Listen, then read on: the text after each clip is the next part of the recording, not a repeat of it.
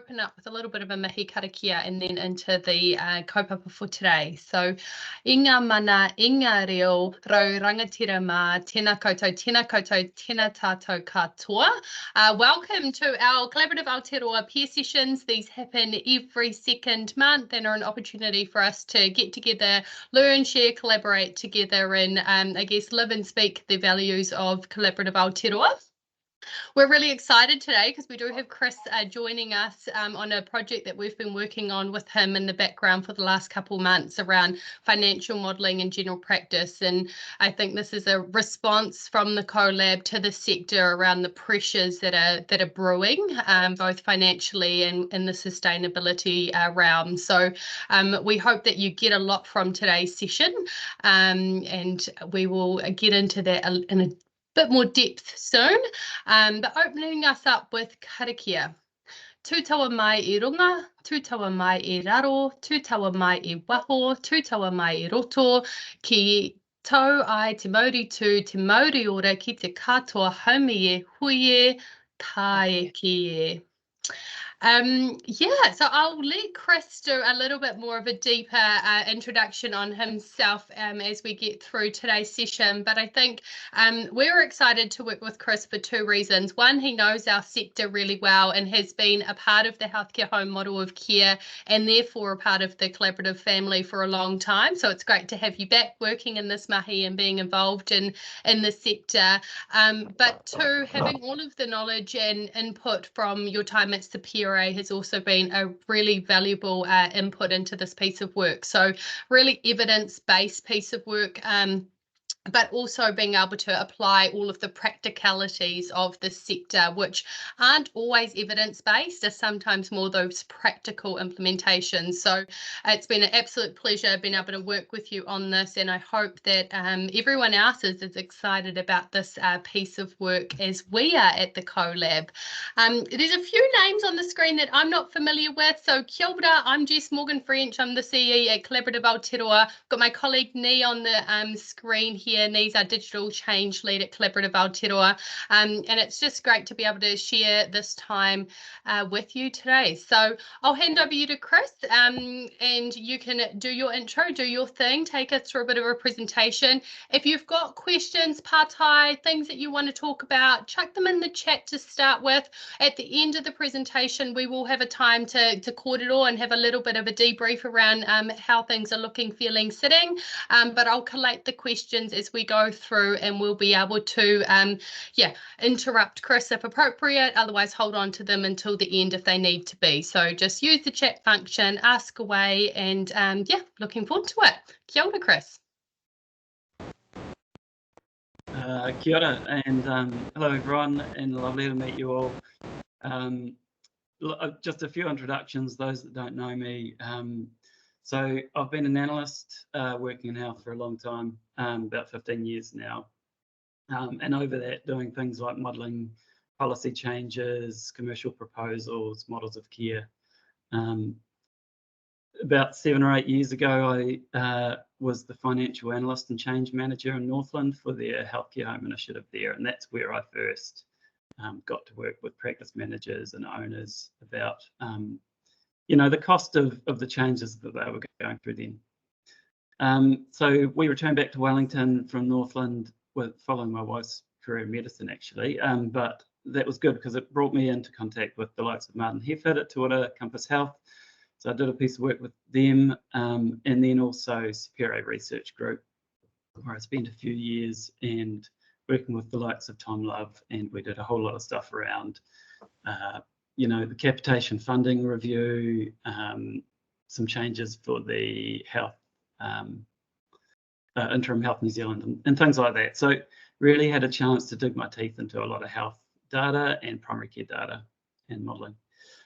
So anyway, it's nice to be back, and it's nice to be modelling the financial stuff again. And one thing I will say, it's been very interesting coming back about 7 or 8 years later, because a lot of the things that we were modelling in terms of process flows and role changes are actually part of BAU now, and there's a whole lot of new ideas. So really, this is a brand new model. It's a totally different model to what we originally started out with 8 years ago. So Hence why it's so important, I think, that there is a tool now, which will help you to kind of understand a little bit about some of the things you might hear in terms of changes. You now have a practical tool to help you understand what that means in terms of cost, revenue, and impact. And hopefully it'll stimulate some ideas for you as well. Okay, so really the purpose of the tool, Jess has talked about it, but really the purpose for me when I was developing it is a way to estimate the cost of the changes that you might be able to make in practice to your operating model. And so it does two things. It takes your current situation and it compares it to a future state. And that future scenario is based on your inputs that you decide to pop in. And it will give you a result. That result will be in terms of the revenue change, the expenditure, consultations, and staff time. So that's the purpose of the tool. And so what we'll cover today is I'll take you through a draft of the model. We'll enter some fictitious information. Well, we'll put in a fictitious practice based off some, experience. And we'll go into some of the calculations so you can start to understand how you could use this tool and modify the inputs to your own practice, your own needs, your own situation. And as we go, we'll have a chat about what the results are telling us. And I think Jess mentioned, pop any questions you've got, pop them in the chat and I think Nee or Jess will manage those. But interactive is better with these sorts of things. So if you've got questions, just raise your hand and ask them. All right, so we'll jump into the tool. I'll just share my screen. Just bear with me.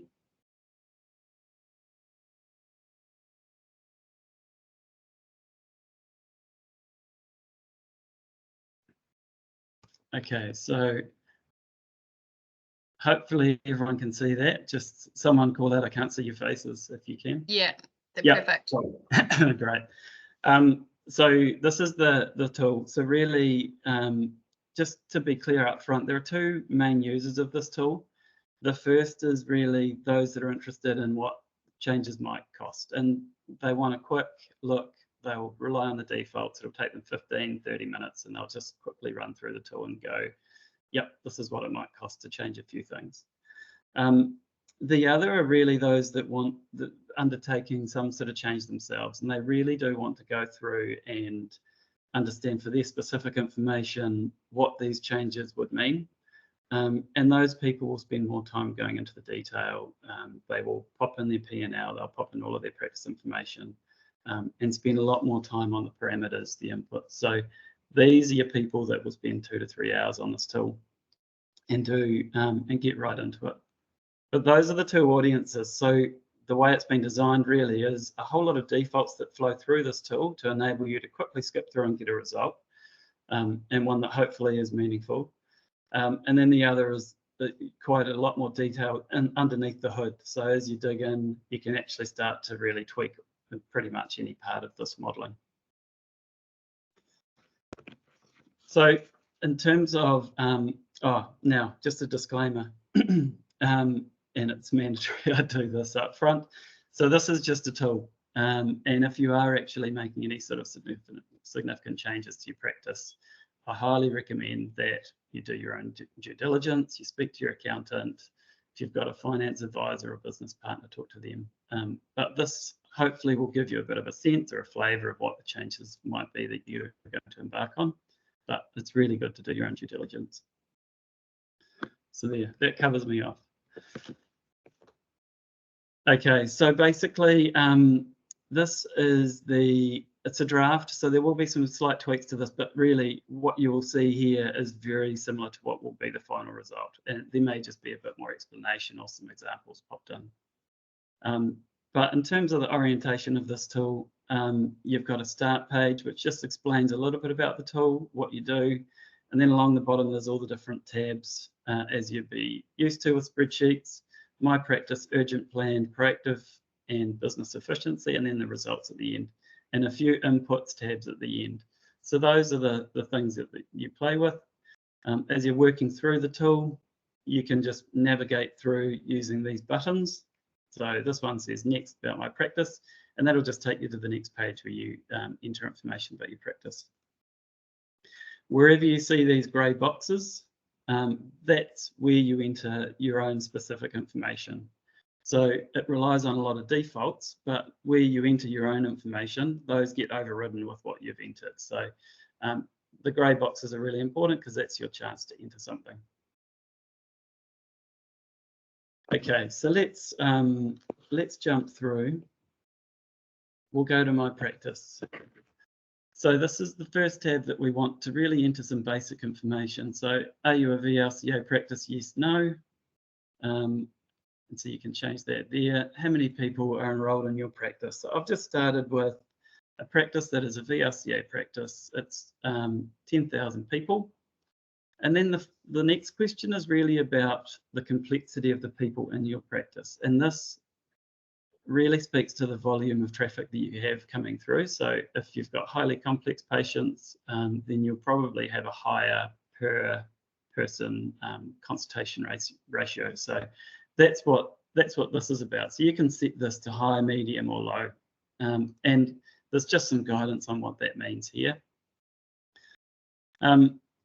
But once you do that, you set those parameters. That is, for those that want to do the 15, 30-minute whip through this tool, that's enough to give you a result. So in the background, we've got some defaults in terms of staff ratios, in terms of the number of consultations, rates, and some financial information that comes from various pieces of information available publicly.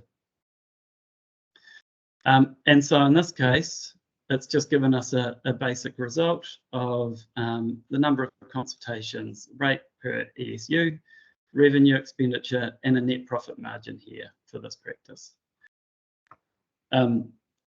One thing you can do is just change this. So if I wanted to say, for example, put in a 4,000 person practice, high needs, and you can see the defaults really show that it's a different picture in terms of profitability. And again, you know, you can change the settings and just see what it does. Non-VLCA, again, it just changes the picture at the bottom. So that's great for a quick and dirty, I guess, if you want that. So we'll just go back to a high needs 10,000 person practice. Now, for those that want to get into the detail, this is a chance really to, wherever you see at the bottom here, view defaults and change inputs, click on that. This takes you to the practice inputs tab.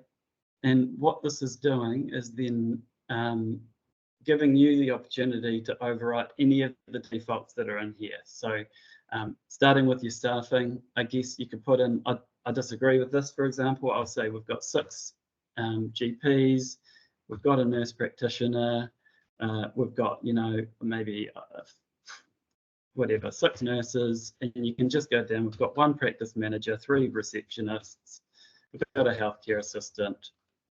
So you can put that in instead. And what that's doing, if you look over to the side, your inputs have then overridden the defaults, which are in the grey, and then yours are then used in the model. If you want to put in the cost per FTE, you can do that too. Otherwise, it just takes defaults. As we go down, you can enter the number of weeks per FTE that are typically taken.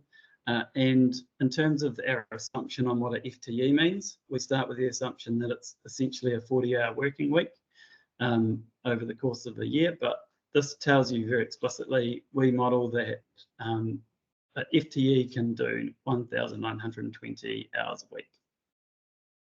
Sorry, a year, not a week. Going down, you can start to enter any sort of information you have on your consultation numbers. So again, there's defaults for here based off a whole lot of information that we've been able to collect on consultation rates. But I want to enter my own. So I'll put in GPs are doing 35,000. My nurse practitioner is doing about 3,000. Nurses are doing a few thousand. Maybe, let's say 5,000. My nurse practitioner does 20-minute standard consults, and my nurses are 15. and so on and so forth. So you can basically put in what you want, and it can change that. Going down, we've got, this is where we want to put in your P&L information, profit and loss. So there are basically, I won't go into this, but if you really want to, pop in all of your population-based revenue. So that's your capitation, your SIA funding, Care Plus, then any activity-based revenue. So that's all your IMs, etc., maternity co-payments. Going down into your expenditure, how much does it cost for your salaries? So you can split that out if you wish. And then heading down. Now there are two distinctions in the model here between fixed and variable. So they're really important in terms of how we model the impact. So variable is any cost or any revenue that's driven by doing another consult or doing that activity. The fixed stuff is anything that really doesn't change with the volume of activity that you're doing. So we split both our expenditure and revenue out into this variable and fixed. And there's an explanation up here in terms of what that means and how you can determine that. And then at the bottom, it really does just calculate a couple of average cost, average revenue calculations, and then those are used throughout the tool. And that's basically it in terms of your practice information, the detailed stuff that you might want to enter. All the other changes and inputs you'll do will be about changes that you want to make, so they're parameters for the future. So I just want to go back to about my practice. And you can see at the bottom what it's done is it's updated this small summary. Now we're going to jump ahead to the result because I want to show you what it is we're driving towards. So if we go up to the end, we'll click on the results tab. You can see at the end of all of this, we want to be able to compare the status quo. So that's all the stuff in grey. So what is currently happening? And we're going to project that out over 5 years. And by default, we are projecting out with no changes to population or consultations. And we want to, and the reason why we do that actually is because it makes it easier to then to compare a change that we're proposing. And then we want to compare that against a proposal. So the proposal is all of the stuff in the spreadsheet that we want to model out. And that will come through here. So we have all of the stuff around population, consultations. If we scroll down, we've got our revenue, which is the population-based and the activity-based revenue, your expenditure, your net profit, and your average revenue, et cetera, et cetera. We also track, I mean, there's a concept which most of you will be pretty familiar with, where if you've got a person and they do not come into your practice, you earn a certain amount of capitation for that person, and your expenses are very low because all you're really paying for is the fixed costs of having the building and keeping it open. But there's no cost in terms of staff time, those other variable costs of running a consult for that person. So your profit margin, if someone doesn't come, if you've got a person that doesn't come in, is quite high. Then the more contacts you have with that person, the revenue you collect is actually lower than the cost it is to deliver that service. So there is a point, and in this case, under the parameters that I've just set, it's around about 6, but there is usually a point around 4 consultations where it's not profitable then to keep delivering consultations. So this is just a basic graph showing current state, where that point is, and then the future state. After we do all the proposal changes, what does it look like then? And then we can get down into the components individually and just see what the changes are there. So that's what we want to end up with, is a bit of an assessment there. So we'll go back.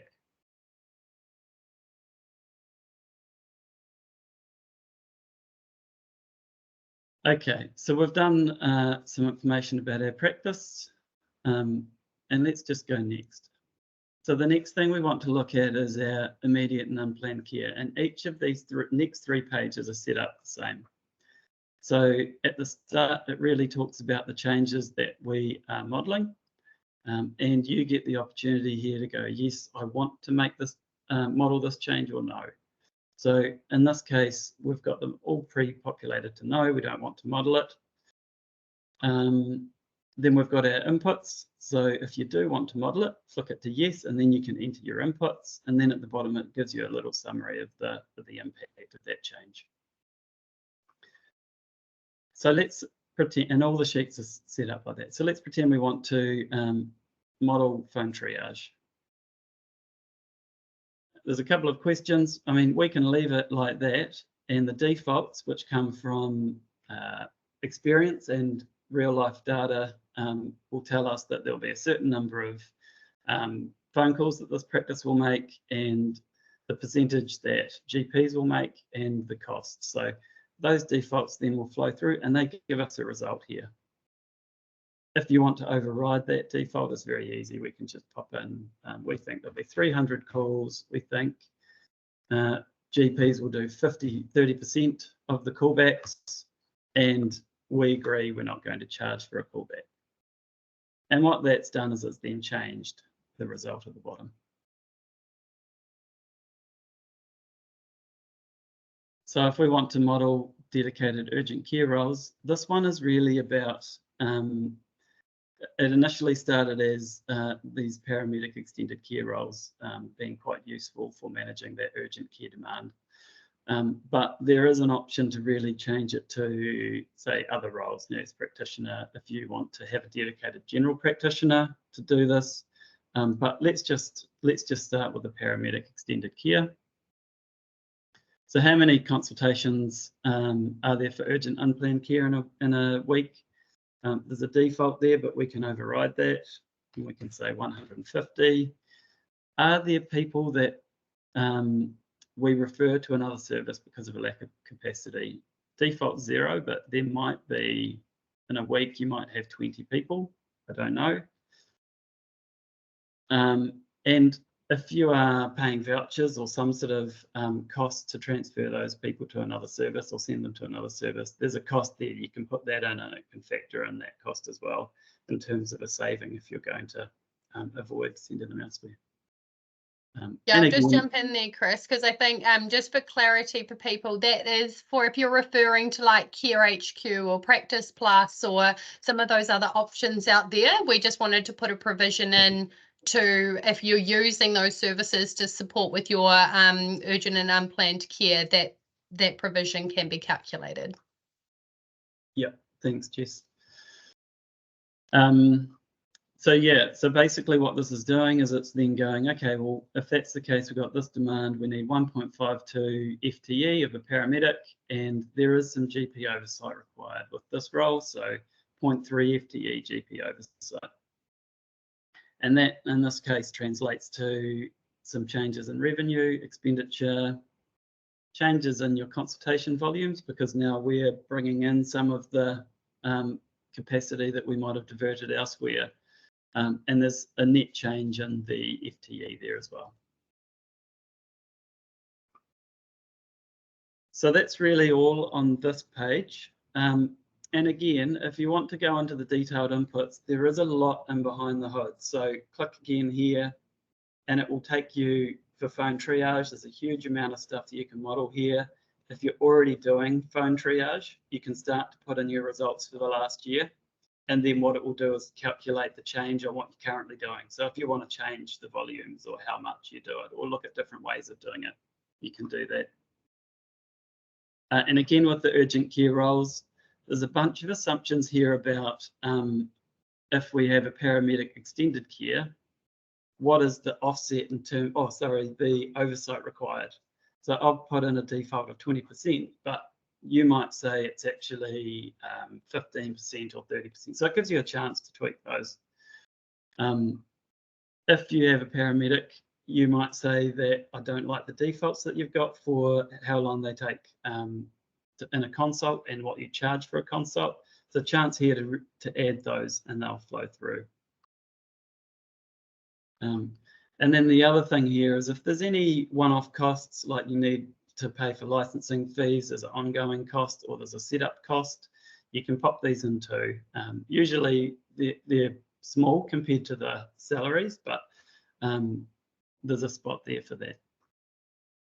Okay, so we'll just go back. So we're happy with that result, and we'll now go through to proactive and preventative care. So similar here, we have 4 things that we can model under this tab. One is extended care teams. So that's your physios, your podiatrists, your care coordinators, etc. One is around care planning and MDTs. The other is really the technology to support access. So that's your portals and your teleconsults. But here we really only costing out the portal.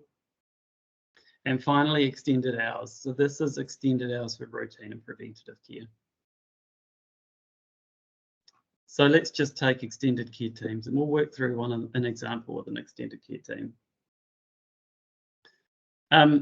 So these are the non-traditional practice roles that often deliver a wider range of services in addition to what you're already doing. And so let's just pick one. So let's just say we'll take a physiotherapist. I understand there's funding arrangements through some PHOs or via Te Whatu Ora. So some of these roles will potentially be funded. So if they are funded, just tick yes, otherwise no. And let's say we're getting 1 FTE here. So what it shows up to the right here is the defaults that we've got in terms of consultation length, typical consultation length, typical copay per consult, and the non-contact time that this practitioner would spend. And again, we can change all of these assumptions. So let's try that then, because one of the default assumption is that there is no offset to other roles. So if we take a physiotherapist, by default, we're saying all of the activity they do is in addition to what's already happening in the practice. If we think, though, that a physiotherapist might be able to deal with some musculoskeletal or some pain consultations that would ordinarily be done by a GP, we can put in an offset for that. Also, if we think that there's some oversight required, we can then also put that in. So let's jump in and I'll show you how we can do that, because it's a really important assumption. Chris, can I just interrupt you there? Sarah's just put in the chat, which I think is a good question to interrupt you for. If these roles, when we say they're funded, are probably going to be the CPCT roles or the Te Aotearoa roles around your hips and hicks in your general practice. And Sarah's question was, if you have a CPCT role, do you need to adjust their salary to 0 if it's funded? The answer is no, because the way the model works, if you say, and in fact I can show you here, if you say that role's funded, then the default assumption is whatever the salary is, then you get funding. It's paid for, so it nets it out to 0. So you don't need to adjust anything there. But you could do a split, like if it is a part-funded role, you could put in the FTE that is funded and then the FTE that's not funded that the practice is topping up, right? If it's a yes. partly funded role. Yes, you absolutely could. And what about on the other tabs, like where you've got your practice input tab where you're actually overriding the defaults? Do you need to adjust salaries there if you've got like a clinical pharmacist in there? Yeah, yes. Those ones there. So you will need to do it on that one, but not on the individual tabs. Yeah, so if this is your status quo and you've got a pharmacist already, a physiotherapist already, and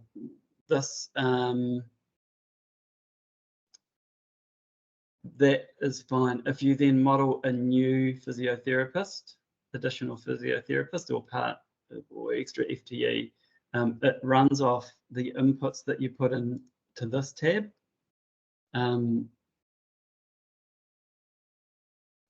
Yes, I would have to come back to you on that one. I'm pretty sure, yeah, I think it actually, now I talk this through, I think it would then run off the default inputs that we put in the practice inputs tab. But excellent question. I would have to come back to you. In any case, let's jump into these inputs. So by default, it assumes it's a fully funded role in terms of the salary. But if that isn't the case, you can actually put in a specific amount that is funded. So if it's only half funded or 100,000 funded, then you just can put that information in. But the thing I wanted to bring your attention to here is really, this is about the impact on other roles. So we've got a physiotherapist. By default, you know, there's really nothing in here. So the idea is that if you think that a physiotherapist is going to save some time from a general practitioner because of reduction in consultations, you might put, say, I think there's a 10%. So for every 1 FTE of the physiotherapist, 10% of that FTE is actually offsetting the GP's time. So I'm going to put a negative 10% here. And what that does is it then flows through to a reduction in GP time. And if there are other offsets, you can add them here. If there are other roles that are impacted as well, you can add them here, and you can do offsets here as well if you want. But in this case, you know, I don't, I'm just going to model a slight reduction for a general practitioner.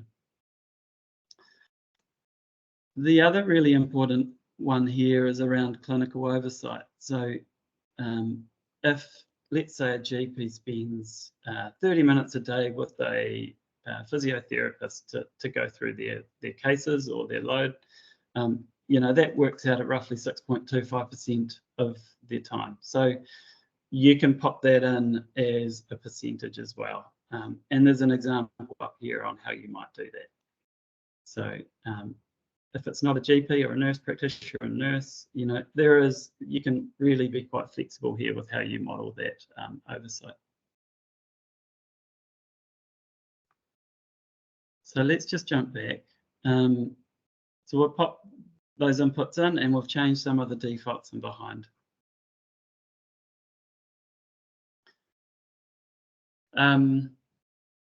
The next one down is care planning and MDTs, and so this was largely conceived off the idea of where you would do a patient-centered plan, and you would then work out what services you then offer that individual. So quite a tailored sort of approach.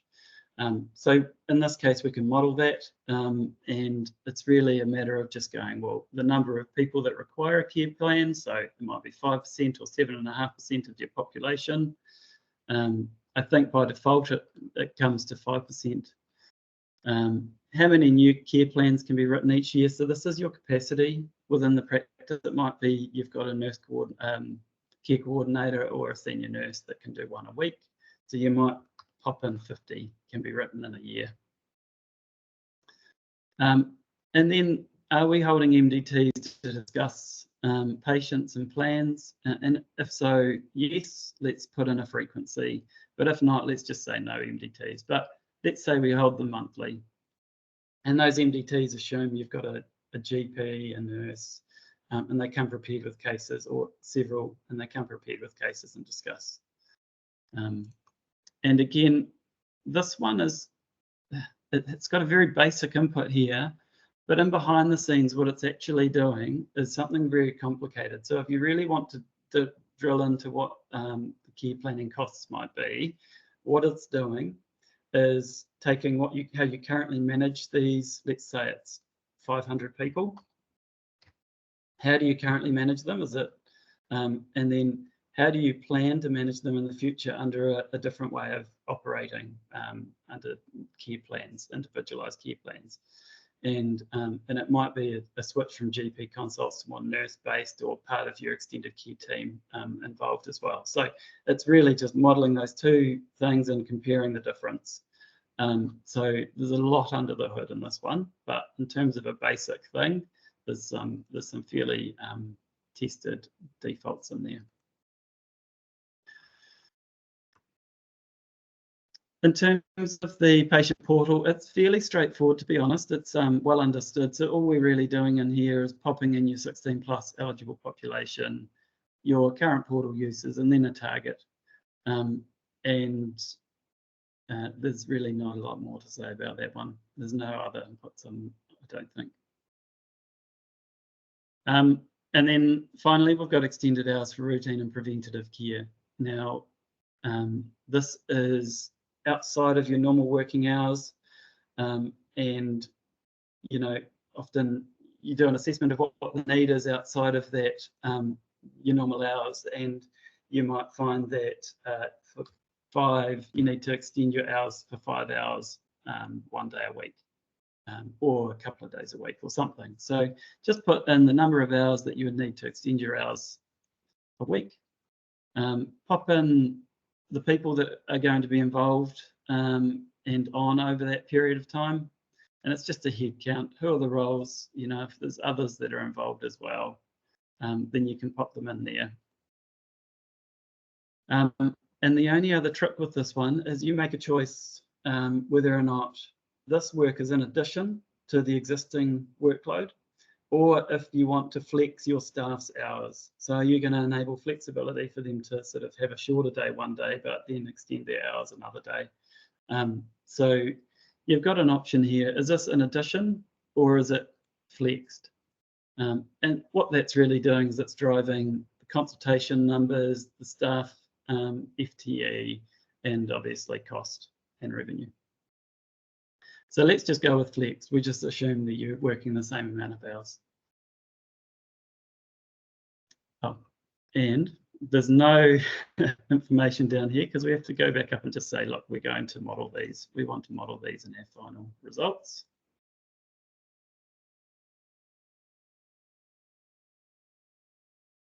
And then it gives us, again, a summary down the bottom of what's changed. So you can just change these and have a quick look and just see what happens down the bottom. And it's quite a useful way to just go, okay, here's a quick look at what happens if I change any of these parameters. Okay, so we shall go to the next, so business efficiency. What we're modeling here, it's call management. So this is all about, you know, managing the incoming calls in a more efficient manner and I guess improving service. So how many extra staff do we need to manage calls, avoid dropped calls and meet that demand? Daily huddles is fairly straightforward. It's really those short stand-ups in the morning. I understand many practices already do it, so so that's pretty straightforward. And you know, the assumption is it's the entire team is involved. Clinical assistance and healthcare assistance, we'll spend some time on that because it's a really important one.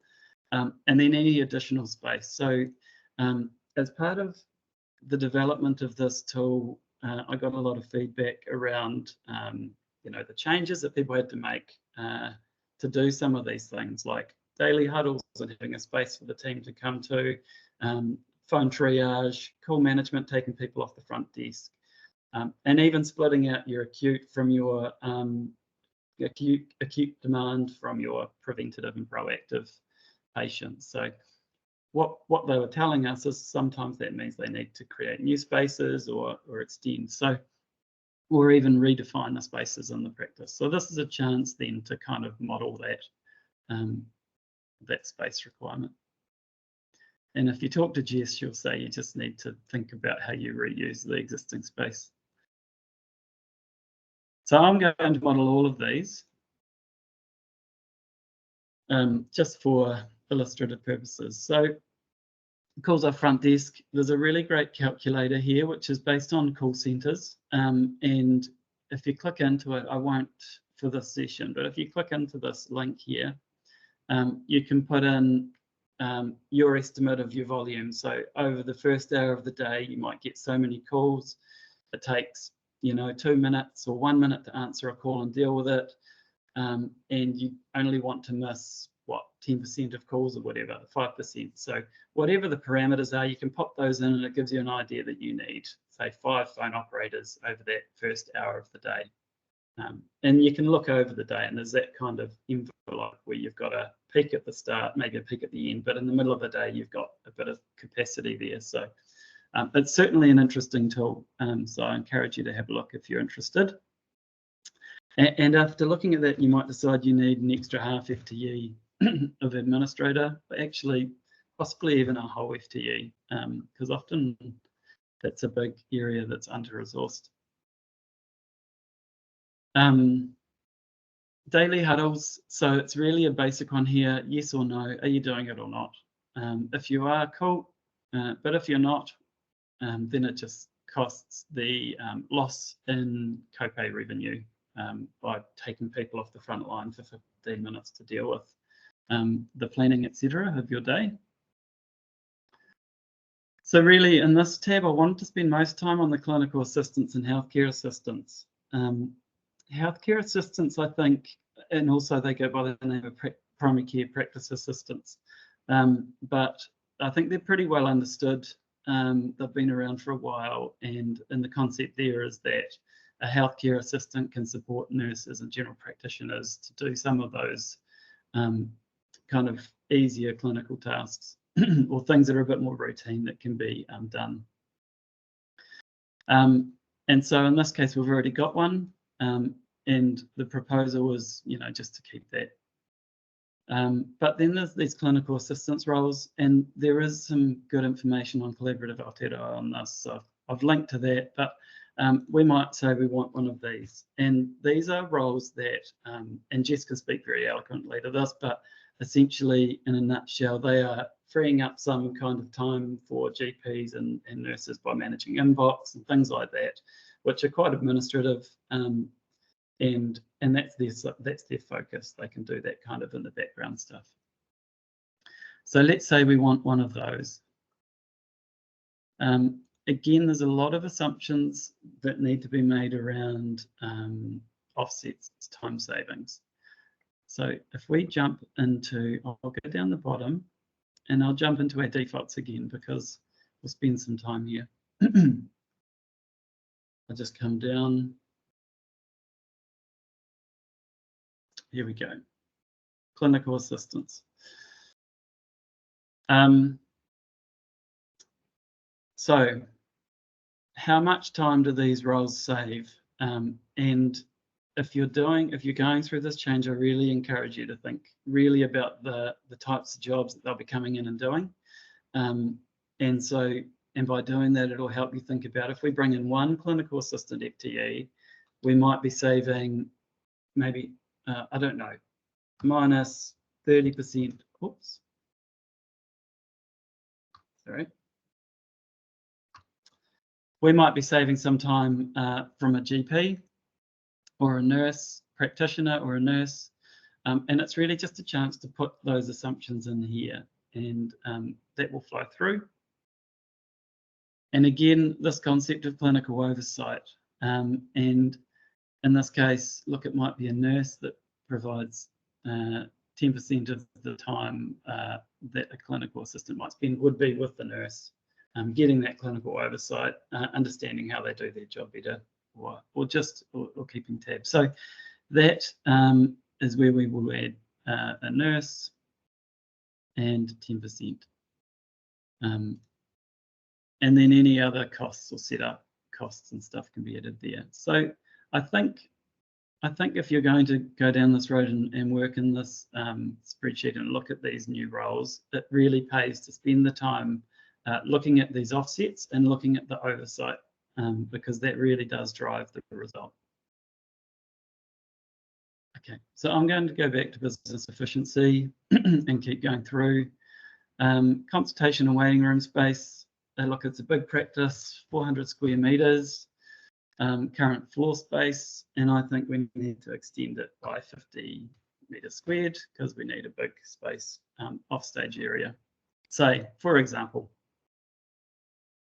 And so then what that's done again is just given me a summary at the bottom. These are the changes. This is the change in terms of non-clinical FTE, consultations, and my net profit. So I'm assuming there's some questions at the end, so I will just keep trucking on and I'll jump into the results.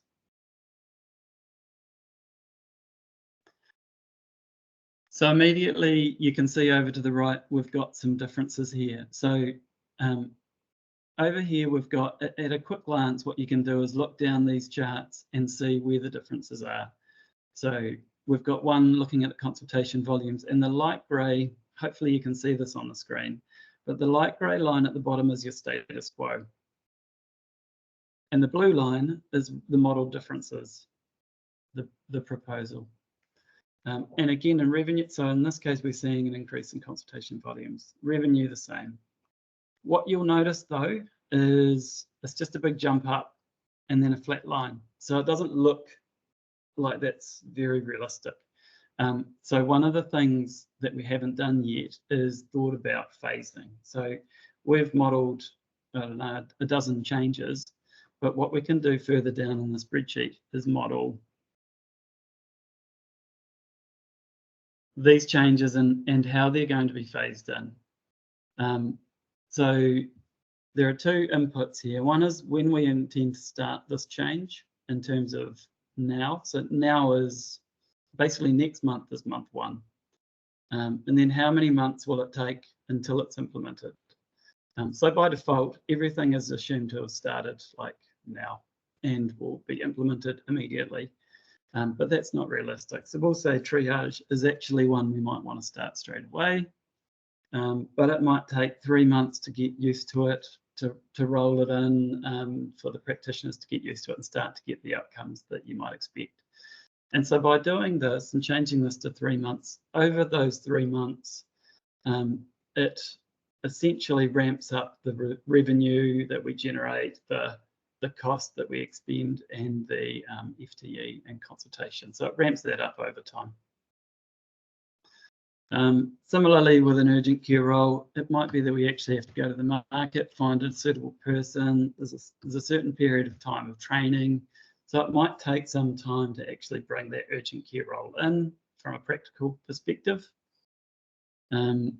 Extended care teams, similarly, it might be 12 months away and it takes a couple of months. So it's really just a matter of going through here and thinking about these sorts of changes and when we can start to do them.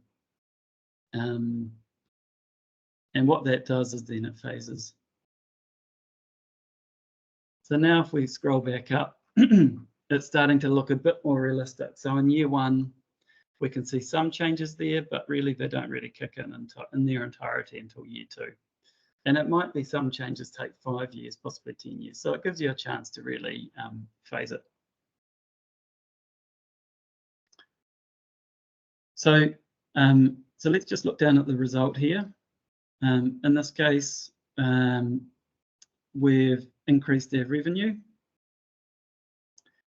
We've got more expenses, but in terms of a net profit, it's actually costed us some money. So you can see we've lost a little bit of money here.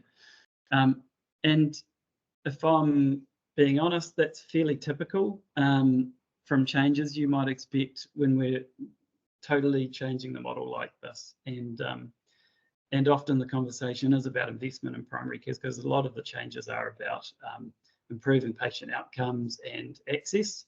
So they should really come with investment, but this shows you then if you are going to make these changes, what the costs might be. But some of the changes are indeed savings. And if we just focus on this table here, over time we can see a net profit margin has dropped from 17.5% status quo, and it's just dropping down to about 15%. Some of our average costs have changed as well because we're replacing some of these GP consults with some alternative consultations. We're also doing things like phone triage which has a different cost structure as well. So in terms of the average cost per consult, we're seeing a slight drop there as well. And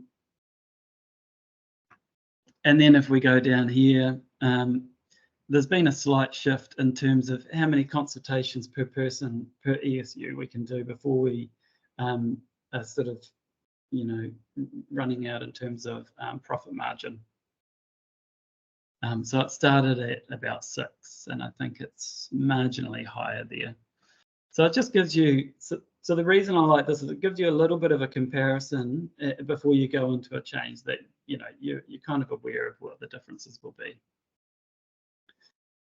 Come down and have a look at it by component. So it summarises what you've seen on the other sheets, but all in the one table in terms of your unplanned care, proactive and business efficiency. So you can see the changes in revenue, expenses, the activity, and the FTE. So if all of these were implemented and it worked as planned, we would expect to see an 18% reduction in GP time, FTE, a 5% increase in nurse time, a 2% increase in administrator time, reception time, etc. So it does start to then break down role by role where the changes are by implementing this model.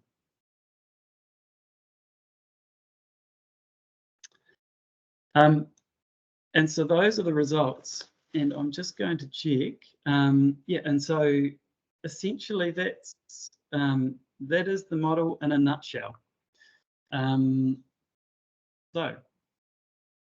I'm open to questions or comments.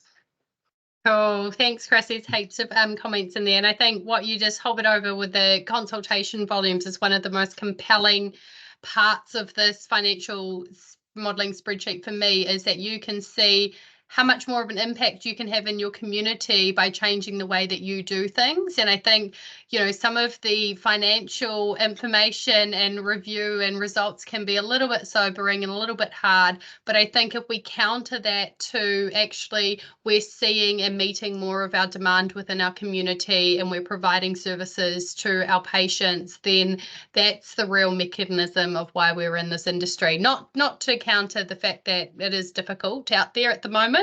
And I just, when we're taking this into practices, it's really important to ensure that there's not, I guess, unintended consequences that come from it. So do highlight to them the impact in consultation volumes. That's something that I think is really powerful and speaks volumes into how the model of care can really change outcomes and outputs for whānau.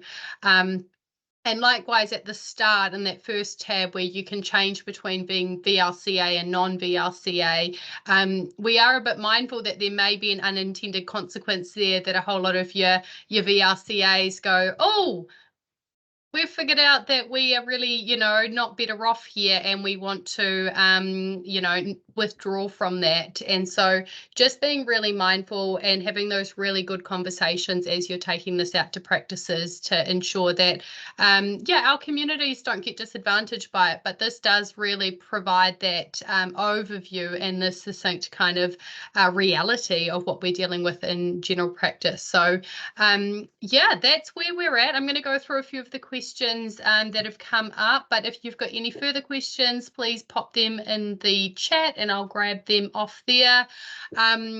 Just to start with Chris, there's a few bits of feedback that said, great tool, wish I had this a couple years ago, and likewise I think as a practice manager wanting to implement some changes in my practice, this would have been super helpful. So I hope it's as helpful as what we perceive it is to all of you as well. So it's, yeah, a tool to support you with those discussions with your practices. The first question was asked and then quickly removed, so I'm not sure why. It could be because you've answered the question, but just for clarity and confirmation, how did you calculate the patient co-payments for non-VLCA practices, and does it assume that non-VLCA have opted into CSC? Because we are seeing a bit of a shift in practices at the moment about opting in and out of the CSC component. Yeah, I have essentially taken and it's in the defaults tab if you're interested. It's an ugly looking tab, but it's got a whole lot of the sources and information where I got defaults from. So for co-payments, there is a Sapere paper that was written around capitation funding, and in there they worked out some average co-pay rates across VRCA and non-VRCA practices, and also split by age group. It doesn't specifically factor in CSC changes or opt-in, opt-out. So in that case, one of the things that you probably should do if you're interested in using this tool, if you don't agree with the defaults, is really come into here and start to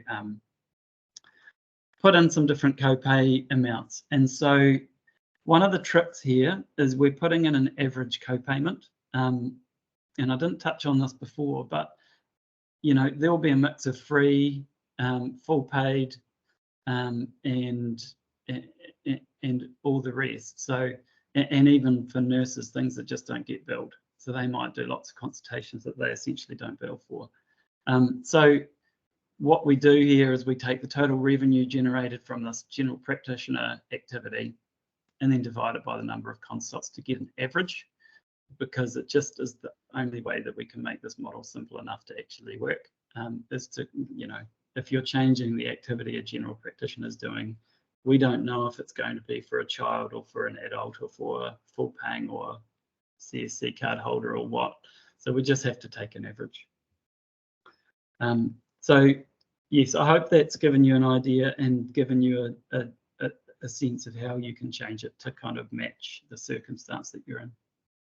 Yeah, perfect. Cool. Thank you. I think it's some of the complexity that practices are managing at the moment, and definitely PHOs are managing. So great to be able to have that flex in there. And I think if I go back a couple months ago when I said to Chris, can you create a tool that just really speaks to the spectrum of people who know all their data and all the information and know all of the stuff, to people who are just new into general practice, found themselves in a practice manager role and going, oh my gosh, how do I manage this and deal with this? So hopefully that whole default, but being able to enter in your own data, does enable that flexibility for both types of people using the spreadsheet. The next question, Chris, is can different scenarios be saved as separate files? And I think this is, as you can see, an Excel spreadsheet, so just copy and paste. Is that how you do it, Chris? Yeah, absolutely. Yep, that's the easiest way. Yeah, save as and then compare the two.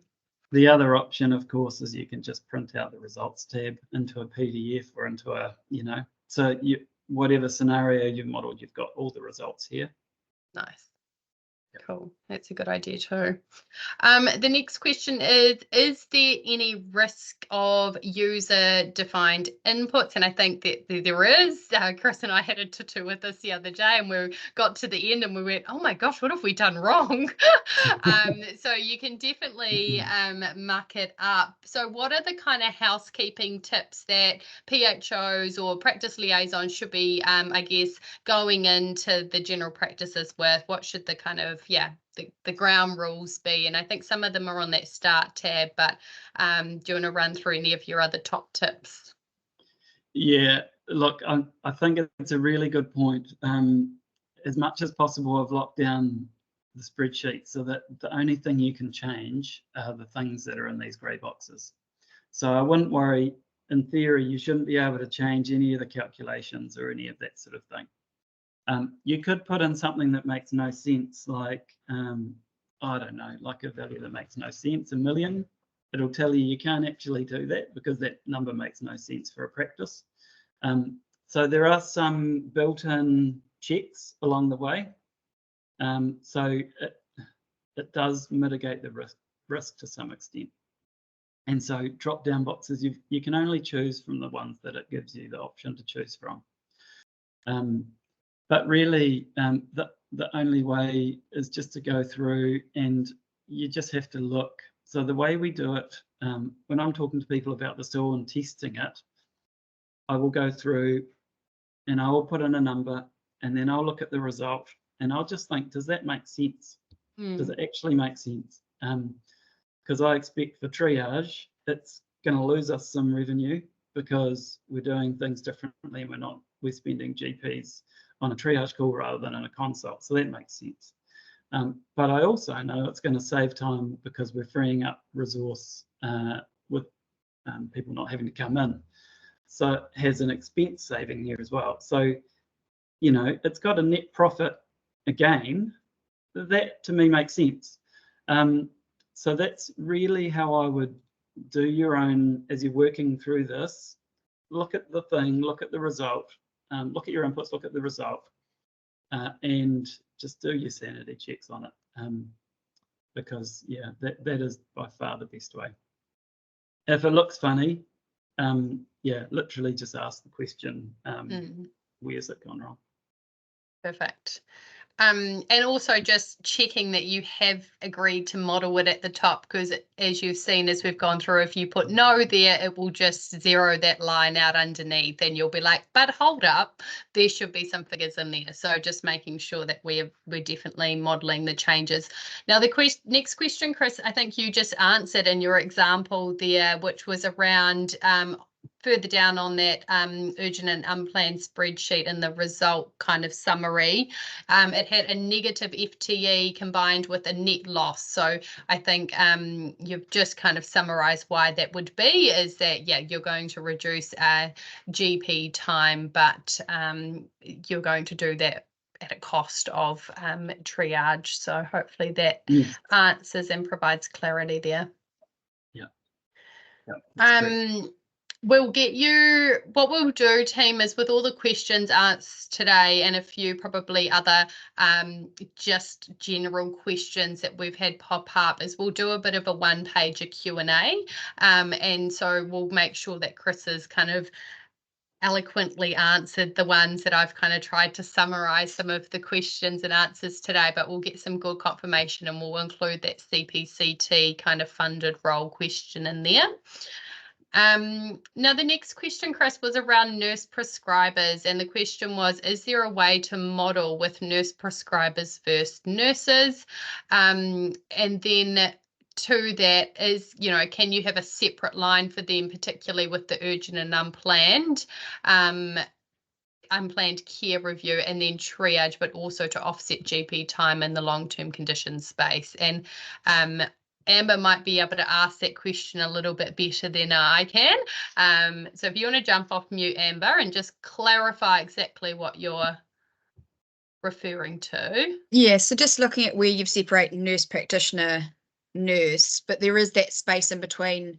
And I know we look at like extended care paramedics, and kind of nurse prescribers do fit into that space a little bit, but whether a nurse prescriber, particularly when you're looking at the costs around triage, because if you've got a nurse prescriber, you're not using, I think the calculation was 50% of the GP time, and how that would look. It just didn't look like anywhere there was a space for them. And obviously nurse background, that's my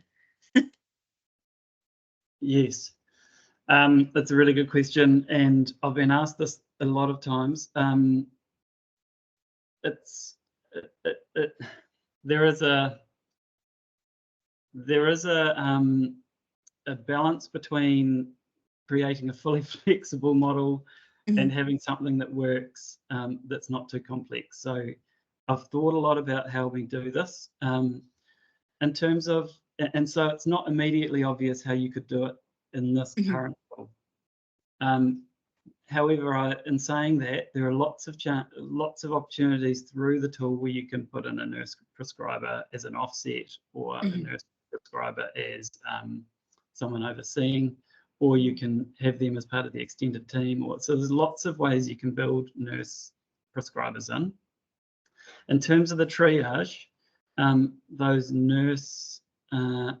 the nurse outcomes have been lumped together. So nurse and nurse practitioner outcomes from triage data have been lumped together because they were quite similar, as distinct from GP. So that's why when I was going through the defaults here and the options to change between GP and nurse, it really is just that clear distinction. And that's just what the data is telling us. Yeah. But it might be that actually you view your nurse prescriber more like a GP actually, and the outcomes are very similar to what a GP would be getting. So in a lot of ways, maybe it just comes down to how you view the tool. So where it says GP, you kind of pop in nurse prescriber and the nurse prescribing costs and all of those sorts of things. So it's possible that you can retrofit it. So where you've got GP, you just pop in your nurse prescriber information. So that's not a perfect answer for you, but I can definitely take that away and do some more thinking about how I can make it more explicit. Yeah, I appreciate that. Thank you. All right. The next question is nice and easy, so less brain cell required, Chris. This template obviously uses lots of defaults. How do we change them if when a big capitation increase comes and we no longer in the red? How does that happen? Do we need to do that in the background and send out a new spreadsheet to everybody, or is that something that if you've got a copy of the spreadsheet you can hack away at and make happen? Yeah. Yeah, look, you can hack away at it. It's all in here, and we can go down, you can change copay assumptions, cost assumptions. You know, this is all referring back to some superior work where they have capitation rates for different types of people. And all I've done is taken those figures and scaled up by inflation or by changes in capitation. So that sort of stuff can happen. And someone who can feel comfortable with a spreadsheet can just do that.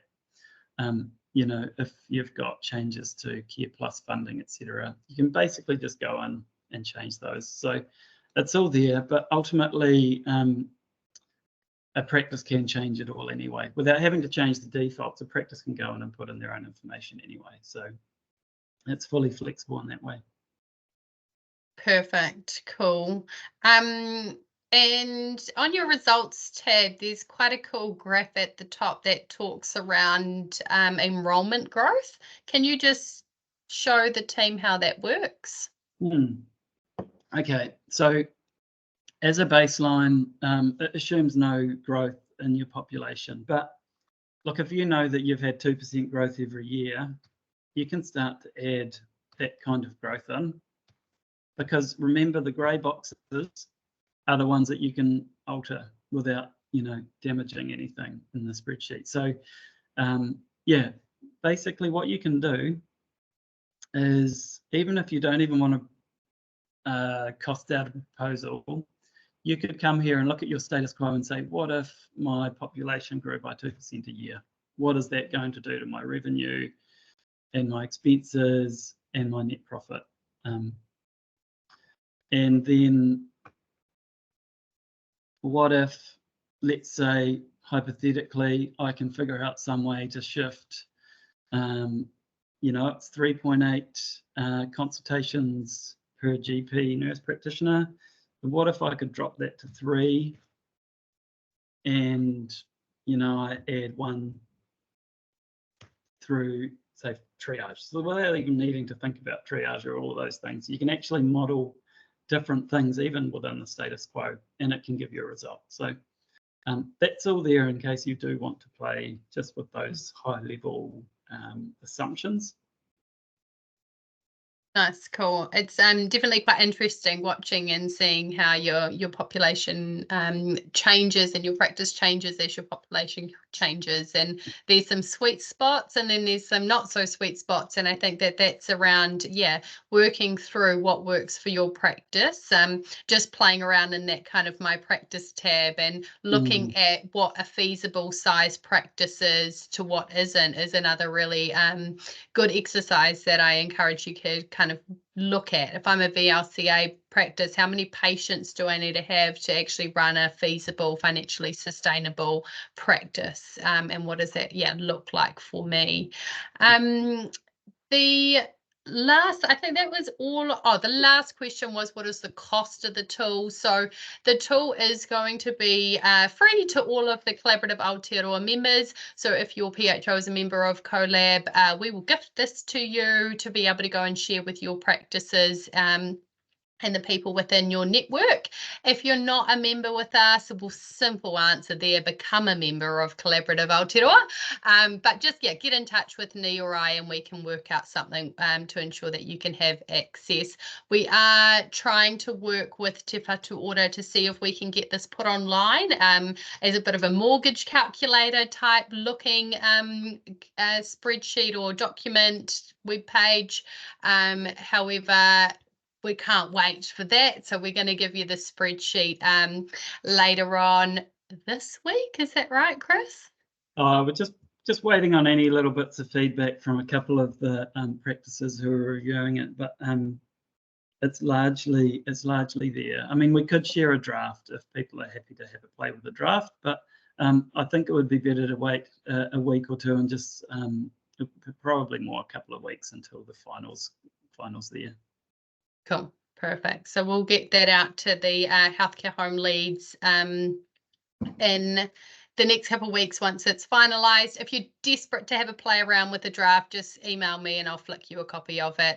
A few people that attended our healthcare home wānanga in Auckland last week have got a copy and they're having a little bit of a play. So happy to share it to those that are kind of desperate to have a bit of a play around in that space. So yeah.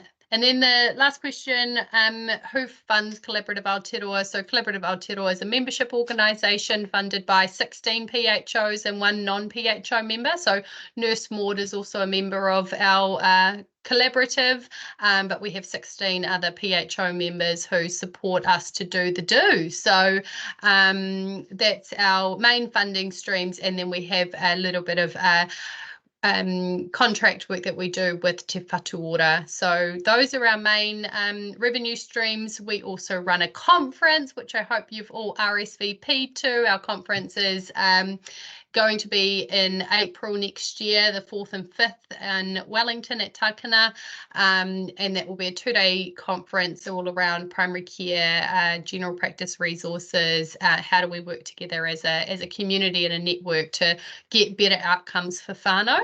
And then the team at CoLab also have an arm of our organisation that does lots of fee-for-service work. So if you've got a project or program within your organisation that needs a little bit of resource, we can support you with that on a kind of fee-for-service basis. So that's more kind of short-term start-end date type kaupapa. So that's how we're funded. It's a little bit complex, but it's a little bit flexible. We kind of pride ourselves on being in that space of being quite agile in the way that we work and the way that we operate. So hopefully that answers your question.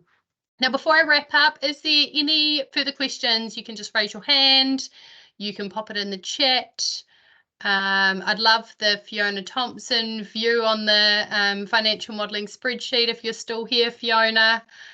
Yeah, any other thoughts? Oh, yes, she's here. Kia ora. Yeah, impressive level of detail, Chris. I've actually got a practice I'm visiting this afternoon. I'd love to have a go at it.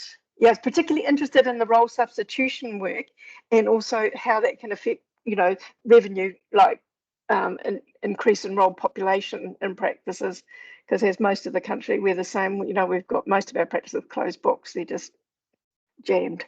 Yeah. No, very good. Can't wait to get going. Well, we can probably send you this this draft so you can have a play, Fiona. Fantastic. Thank you. Perfect. Cool. All right, there's no other hands screaming at me, so we will close out with karakia. This will be recorded. It will be uploaded to our YouTube channel. We'll circulate the recording link around with you all to be able to share with your colleagues that weren't able to make it today. And we will, keep you posted when that final version of the spreadsheet is ready to be released and sent out to you all. But we hope you enjoy it. We hope this hits the spot. We hope this helps with really hard conversations with general practices who are trying to do something different, trying to model something different, trying to figure out how to keep up with the unmet need within their community and provide capacity same-day appointments. We hope that this becomes a resource and something that you can lean on to support with those really challenging and crunchy conversations with practices, but also a really practical way of working through solutions, which is what we're all about at Collaborative Aotearoa. So closing us out with karakia, kua wānanga mātou kia whakatiria te tapu, kia wātea ai te ara, kia turiki whakataha ai, kia turiki whakataha ai, haumie huie kai kie. Kia ora koutou, ka kite.